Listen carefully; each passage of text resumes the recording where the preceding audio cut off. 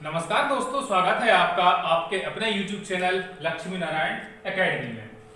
दोस्तों, इससे पहले की वीडियोस में हम स्वर और व्यंजन तक देख चुके थे और उसके बाद हमने शब्दों को भी पढ़ा था। शब्द किसे कहते हैं, उसमें मैंने कुछ चीजें आपको बताई थी। मैंने आपको बताए थे, शब्द जब बताए थे तो मैंने दो चीजें आपको बताई थी। पहला तो था विकारी और दूसरा क्या था, अविकारी। एक बार थोड़ा सा रिवीजन कर लेते हैं, क्योंकि आप नेक्स्ट क्लास जो हम आगे पढ़ने वाले हैं उसके पहले आपको यह जानना जरूरी है कि हम वो पढ़ क्यों रहे हैं। तो देखिए, मैंने बताया था कि जिनमें लिंग, वचन और कारक के अनुसार परिवर्तन हो जाता है उन्हें कहते हैं हम क्या, विकारी। आपको याद होगा यदि आपने वीडियो देखा है, यदि नहीं देखा है तो आपको लिंक उसके डिस्क्रिप्शन में मिल जाएगी, आप वहां से उसको देख सकते हैं। तो आप अब समझ गए होंगे कि आज हम क्या पढ़ने वाले हैं। आज हम पढ़ने वाले हैं लिंग। इसलिए इसको जरूरी है पढ़ना, ताकि परीक्षा में जब प्रश्न पूछे जाते हैं तो लिंग परिवर्तन के क्वेश्चन आते हैं, और जब लिंग परिवर्तन के क्वेश्चन स्पेशल पूछ लिए जाते हैं, कोई खास शब्द पूछ लिया जाता है, तो उसका लिंग परिवर्तन करना हमें कठिन हो जाता है। तो चलिए हम शुरू करते हैं हमारा आज का टॉपिक, लिंग। कहते कैसे हैं दोस्तों लिंग? तो आपको पता होगा कि जिन शब्दों से हमें उनके पुरुष या स्त्री होने का पता चलता है उन्हें हम कहते हैं लिंग। टाइप होते हैं इनके दो। प्रश्न कई बार परीक्षा में पूछ लिया जाता है कि लिंग के कितने भेद होते हैं, तो हम आंसर देंगे कितने, दो। पहला प्रकार पुल्लिंग और दूसरा होगा हमारा स्त्रीलिंग। तो पुल्लिंग किसे कहते हैं? भाई जिस शब्द से हमें उसके पुरुष होने का पता चले उसे हम कहेंगे पुल्लिंग। और वहीं स्त्रीलिंग किसे कहेंगे?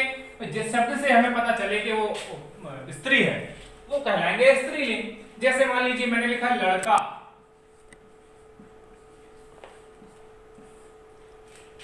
तो स्त्रीलिंग में क्या हो जाएगा? लड़की। हमने दोनों सेम एग्जांपल लिए हैं। मैं बताना सिर्फ ये चाह रहा हूं कि इस शब्द से हमें क्या पता चल रहा है कि वो क्या है, पुल्लिंग, लेकिन इस शब्द से हमें क्या पता चल रहा है कि वो क्या है, स्त्रीलिंग। जैसे मान लीजिए ये तो व्यक्ति जीवित वस्तुओं की बात कर ली। जैसे मैंने ले लिया एग्जांपल छाता। एक एग्जांपल और लिख लेते हैं हम। जैसे मान लीजिए हमने लिखा छाता भीग गया। ठीक, एग्जांपल सही है, बिल्कुल सही है। अगर मान लीजिए हम इसको परिवर्तित कर देते, इसके लिंग में परिवर्तन कर देते इस प्रकार से, छाता भीग गई, तो ये सेंटेंस सही होता क्या? बिल्कुल नहीं होता। सेंटेंस सही क्या होगा? छाता भीग गया। तो छाता क्या हुआ? छाता हुआ हमारा पुल्लिंग। बेसिकली दोस्तों, जब लिंग की बात आती है तो जो जीवित प्राणी वस्तुएं हैं उनमें लिंग पता करना आसान होता है, पर जब वस्तुओं की बातें आती हैं जो अजीवित होते हैं उनमें लिंग का निर्धारण करना थोड़ा कठिन होता है। तो इस वीडियो में हम देखने वाले हैं कि लिंग का परिवर्तन किस बेस पे किया जाता है, किन किन बातों का हमें ध्यान रखना होता है लिंग का परिवर्तन करने के लिए। तो चलिए हम देखते हैं आगे कैसे करेंगे हम पुल्लिंग और स्त्रीलिंग की पहचान। ध्यान से देखिए दोस्तों, पहली चीज तो आपको याद रखनी है कि ई और रेड सदैव क्या होंगे? स्त्रीलिंग होंगे। यहां से आपको एक बात और पता चल रही है कि बाकी के जो वर्ण बचेंगे ये सिर्फ वर्णों की बात चल रही है, ठीक है ना। ये तीन वर्ण क्या होंगे? स्त्रीलिंग होंगे, और बाकी के जितने भी वर्ण बचेंगे वो क्या कहलाएंगे? वो कहलाएंगे पुल्लिंग।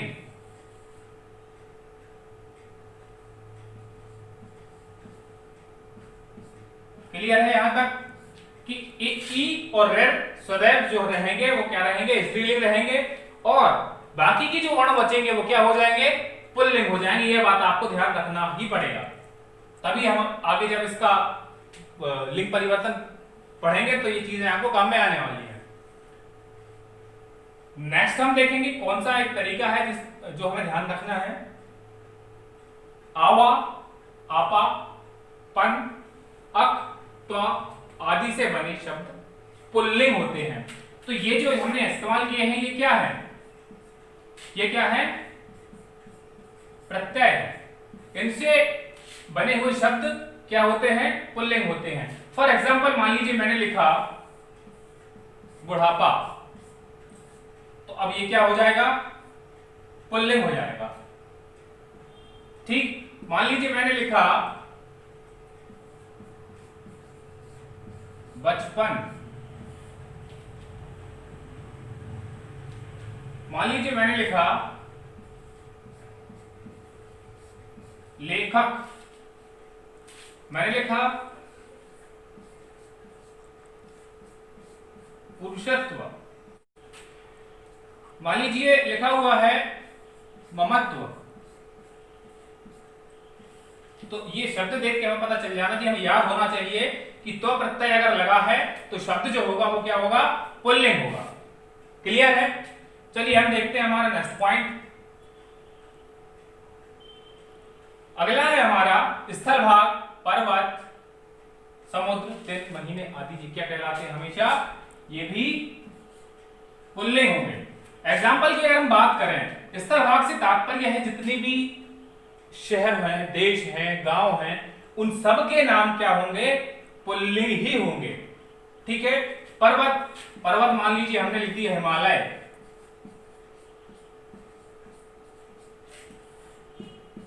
रॉकी।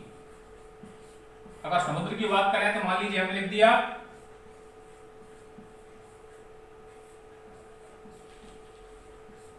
हिंद महासागर।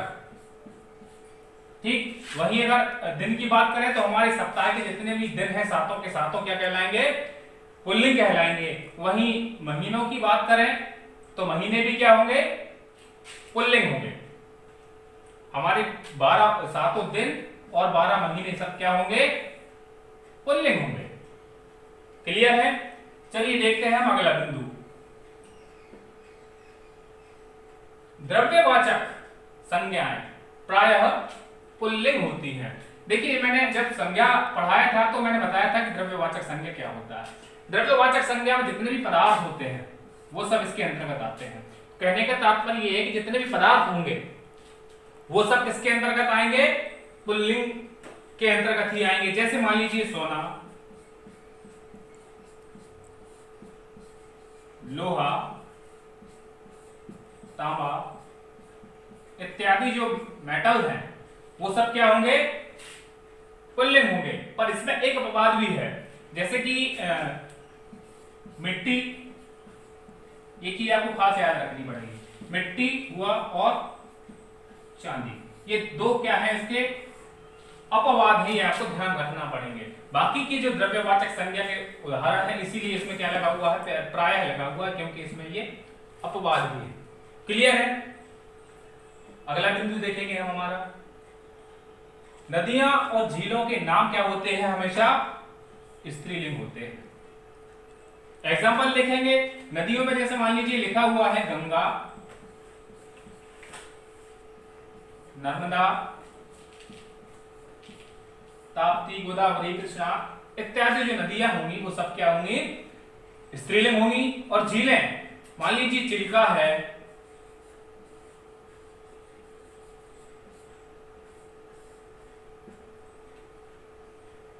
ये भी क्या होगा हमारा, किसके अंतर्गत उदाहरण आएगा, ये भी स्त्रीलिंग के अंतर्गत आएगा। आपको ध्यान रखना है कि नदियां और झीलों के नाम हमेशा क्या होते हैं, स्त्रीलिंग होते हैं।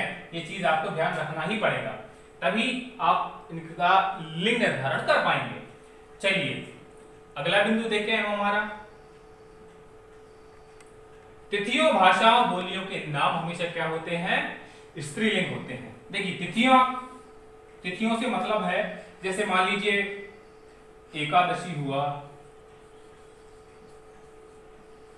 ठीक, द्वादशी हुआ, पूर्णिमा हुई, अमावस्या हुई, ये सब तिथियां जो हैं वो क्या कहलाएंगी? स्त्रीलिंग कहलाएंगी।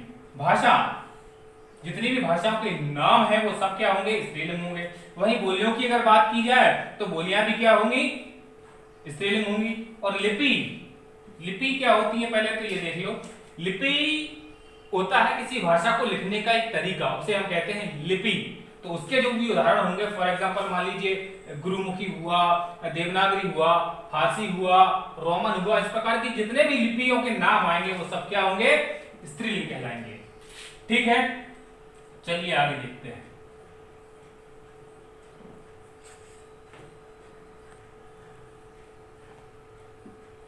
हमारा अगला बिंदु है अकारांत पुल्लिंग एवं आकारांत स्त्रीलिंग। वो भी कौन कौन से? तत्सम संज्ञाएं जो होंगी। तत्सम का मतलब वो है ऐसी संज्ञाएं जो जैसी की तैसी संस्कृत से हमने ली है, वो होंगी तत्सम संज्ञाएं। अब देखिए दो चीजें आपको कंफ्यूज कर रही होंगी, एक अकारांत और दूसरा आकारांत। तो देखिए अकारांत का मतलब क्या है? देखिए मैंने मान लीजिए कोई उदाहरण लिखा, जैसे मान लीजिए जल लिखा, ठीक, तो पहले तो ये समझिए कि अकारांत होता क्या है। देखिए इसको जब हम तोड़ेंगे तो देखिए स्वर विहीन ज मिलेगा और अ मिलेगा, ठीक, वहीं स्वर विहीन ला में अ मिलेगा, ठीक। तो देखिए हमें देखना है सिर्फ क्या? अंतिम वर्ण। अंत में क्या है? आ, इसीलिए ये क्या है? अकारांत। तो ये जो जल है ये क्या है? अकारांत, इसीलिए ये क्या कहलाएगा? पुल्लिंग कहलाएगा। मान लीजिए जल के अलावा हम एक दूसरा एग्जांपल देख लेते हैं। मान लीजिए थल है, तो ये भी क्या होगा? पुल्लिंग होगा। क्लियर? अब वही बात करें हम आकारांत की, तो आकारांत भी अब आप समझ गए होंगे कि जिन शब्दों के अंत में हमें क्या दिखे? आ लिखा दिखाई दे या उसकी मात्रा लगी हो, वहां पर क्या होगा? आकारांत होगा, और वो होगा क्या? स्त्रीलिंग। ठीक है, शब्द कौन सा होगा? तत्सम संज्ञा का शब्द होगा। ठीक है, उदाहरण हम देखेंगे इसका। जैसे मान लीजिए लिखा हुआ है भाषा, तो देखो यहां पर क्या है? बड़ा आ लिखा हुआ है, इसीलिए क्या होगा? आकारांत होगा, और ये किस में आएगा? स्त्रीलिंग में आएगा। यहां तक आपको समझ में आ रहा होगा। जैसे मान लीजिए एक आध और उदाहरण हम इसका देखें, तो मान लीजिए परीक्षा। परीक्षा की अगर बात करें तो परीक्षा में भी क्या है? अंत में आपको आ देखने को मिलेगा, जो कि क्या होगा? आकारांत होगा, और किस में आएगा? ये स्त्रीलिंग में आएगा। यहां तक आपको अच्छे समझ में आ रहा होगा। चलिए हम देखते हैं हमारा नेक्स्ट टॉपिक, लिंग परिवर्तन। अब सबसे महत्वपूर्ण चीज आ रही है आपके सामने, जो आपको पता होना चाहिए, क्योंकि ये चीज परीक्षा में पूछी जाती है। तो देखिए क्या क्या जो खास खास बिंदु हमने इस कंटेंट में शामिल किए हैं, वो ध्यान देने वाली बात है। पहली चीज है अप्रत्यय से। अप्रत्यय से हम क्या करेंगे? लिंग परिवर्तन करेंगे। ठीक, कैसे करेंगे? एग्जांपल देख लो भाई। मान लीजिए हमने लिखा छात्रा, ठीक, तो ये क्या है? ये हो गया स्त्रीलिंग। ठीक, अगर मान लो हमने लिखा होता क्या? छात्र, तो हम लिंग परिवर्तन कैसे कर देते? अप्रत्यय के माध्यम से कर देते और हम लिख देते क्या? छात्रा। समझ में आया कि अप्रत्यय से हमने लिंग परिवर्तन कैसे किया। दूसरा एग्जांपल मान लीजिए हम ले लेते हैं। मान लीजिए हमने लिखा शिष्य, तो आपको समझ में आ गया होगा कि अब इसका स्त्रीलिंग कैसे बनेगा। तो क्या हो जाएगा? शिष्या, इसका स्त्रीलिंग हो जाएगा। क्लियर है? चलिए अगला बिंदु देखें हमारा ई प्रत्यय से। अब किसकी बात कर रहे हैं हम? ई प्रत्यय की। तो ई प्रत्यय में देखिए, जैसे मान लीजिए हमने लिखा उदाहरण, मान लीजिए पुत्र लिखा, तो क्या हो जाएगा इसका स्त्रीलिंग? पुत्री। ठीक, वही अगर मान लीजिए हम लिखते हैं घोड़ा, तो इसका स्त्रीलिंग क्या हो जाएगा? साधारण सी बात है, क्या हो जाएगा? घोड़ी। यहां तक आपको समझ में आ रहा होगा। अगला पॉइंट देखते हैं हम, नी प्रत्यय से। अब किस प्रत्यय की बात कर रहे हैं हम? नी प्रत्यय की हम बात कर रहे हैं। और नी प्रत्यय में देखिए कैसे बनेगा। जैसे मान लीजिए हमने लिखा शेर, तो शेर से स्त्रीलिंग कैसे बनेगा? साधारण सी बात है, हम क्या जोड़ देंगे उसमें? नी जोड़ देंगे और वो किसमें बदल जाएगा? स्त्रीलिंग में बदल जाएगा। वही मान लीजिए हमने लिख दिया मोर, तो मोर से भी क्या बन जाएगा? मोरनी। इसी प्रकार से अगर हम इसका पर्यायवाची ले लें, मान लीजिए सिंह हमने ले लिया, तो हम क्या कर सकते हैं? सिंहनी। इस प्रकार से हम इसके लिंग में परिवर्तन करेंगे। ठीक, अगला बिंदु है हमारा आनी प्रत्यय से। किस प्रत्यय की बात करने वाले हैं हम? आनी प्रत्यय से। ठीक, देखो कैसे इसका परिवर्तन करेंगे। मान लीजिए हमने लिखा नौकर, तो हम क्या कर देंगे फिर?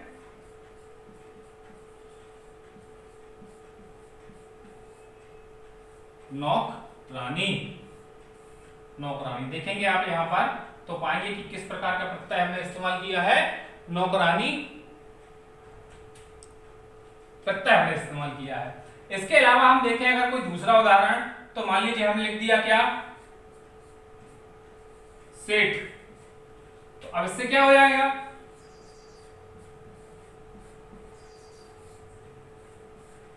सेठानी।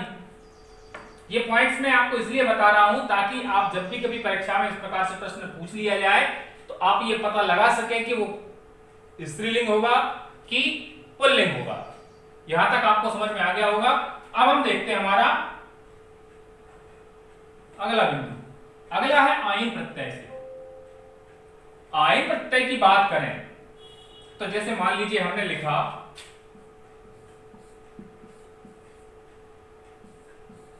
पंडित। क्या लिखा हमने? पंडित। तो क्या हो जाएगा इसका स्त्रीलिंग? पंडिताइन। ठीक, ये हो गया उदाहरण किसका? आइन प्रत्यय का। इसके बाद जो जातिगत सामान्यतः प्रत्यय होंगे वो उसमें आइन प्रत्यय लगा के हम स्त्रीलिंग बनाते हैं। जैसे मान लीजिए हमें अगर ठाकुर, बेसिकली जो जातियां होती हैं उनमें इसका प्रयोग किया जाता है। ठाकुर से क्या हो जाएगा? ठाकुराइन।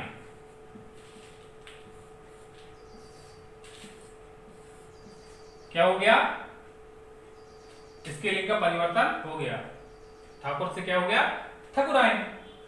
इसी प्रकार से अगला बिंदु जो मुख्य होगा वो होगा हमारा इन प्रत्यय से। अब किस प्रत्यय की हम बात करने वाले हैं? इन प्रत्यय से। जैसे मान लीजिए हमने लिखा एक उदाहरण, मान लीजिए नाग लिखा, तो नाग का क्या हो जाएगा? नागिन। अब वही दूसरा एग्जांपल मान लीजिए हम देखें तो मान लीजिए हमने लिखा नाती, तो क्या हो जाएगा?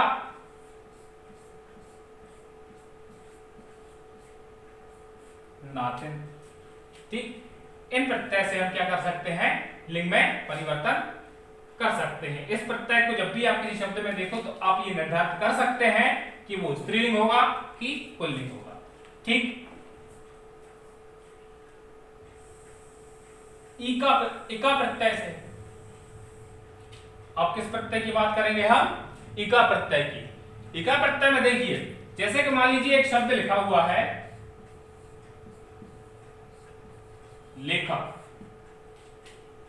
तो अब इसका स्त्रीलिंग कैसे बनाएंगे हम?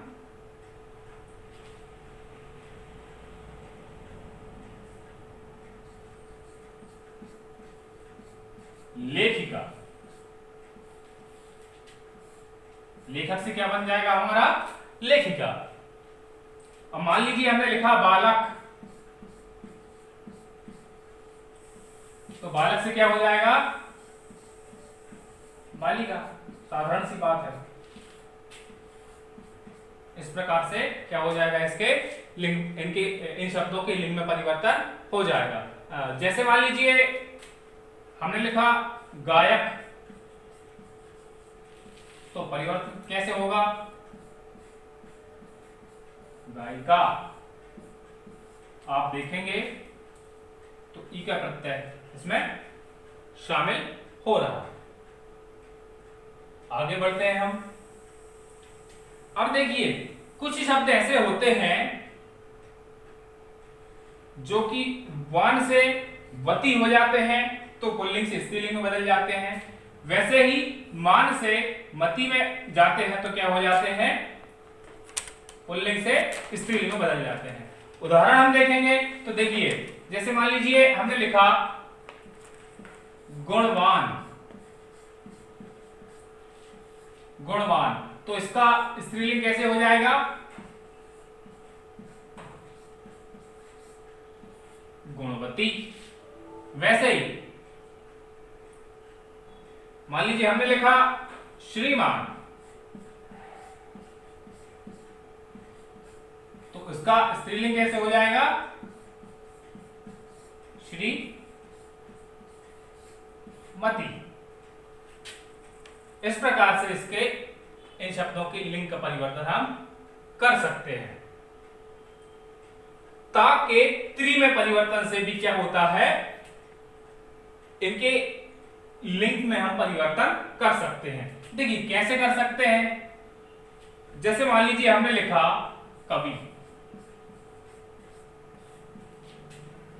तो क्या हो जाता है? यह प्रश्न कई बार पूछा भी गया है। कवित्री, ठीक। जैसे मान लीजिए लिखा है नेता, तो क्या हो जाएगा? नेत्री। ये दोनों जो शब्द हैं ये काफी आईएमपी है। कई बार परीक्षा में पूछे गए कि नेता शब्द का स्त्रीलिंग क्या होगा, तो क्या हो जाएगा? नेत्री। क्लियर है यहां तक? जब मैं आपका सेट पेपर डिजाइन करूंगा तो जितना भी ग्रामेटिकल पोर्शन मैंने पढ़ाया है उसके जो इंपॉर्टेंट क्वेश्चन है जो विगत परीक्षा में पूछे गए हैं उनको उसमें शामिल करेंगे। और उम्मीद करता हूं दोस्तों आपको भी ये लेक्चर भी काफी पसंद आया होगा। और यदि आपको पसंद आया है तो प्लीज हमें सपोर्ट करिए। थैंक यू, धन्यवाद।